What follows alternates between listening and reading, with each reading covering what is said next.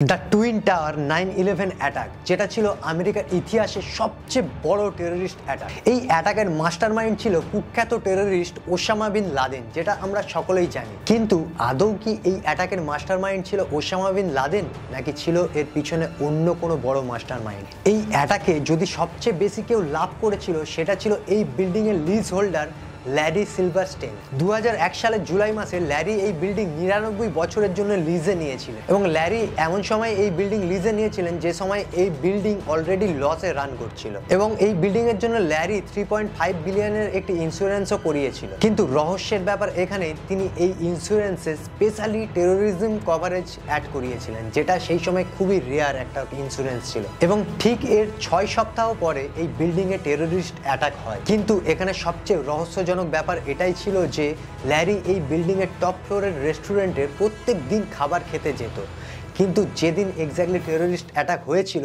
সেই দিনকে ল্যারি খাবার খেতে যায়নি। এবং এই অ্যাটাকের পরে ল্যারি দুটি ইন্স্যুরেন্স ক্লেম করে। প্রথমে ইন্স্যুরেন্স কোম্পানি এই ইন্স্যুরেন্স ক্লেম মানতে চায়নি। পরে ল্যারি কোর্টে কেস করার পরে এই ইন্স্যুরেন্স কোম্পানিকে 2007 সাল পর্যন্ত রেকর্ড ব্রেকিং টাকা দিতে হয়েছিল ল্যারিকে। এই ইন্স্যুরেন্স কোম্পানিকে $4.5 বিলিয়ন পে করতে হয়েছিল ল্যারিকে, যেই অ্যামাউন্টটা ল্যারি হয়তো 50 বছরেও এই বিল্ডিং থেকে কখনোই লাভ করতে পারতো না, যেটা মাত্র কয়েকদিনের মধ্যে ল্যারি ইনকাম করে নিয়েছিল। এবারে বলুন, আপনাদের কি মনে হচ্ছে এই অ্যাটাকের আসল মাস্টারমাইন্ড কে ছিল?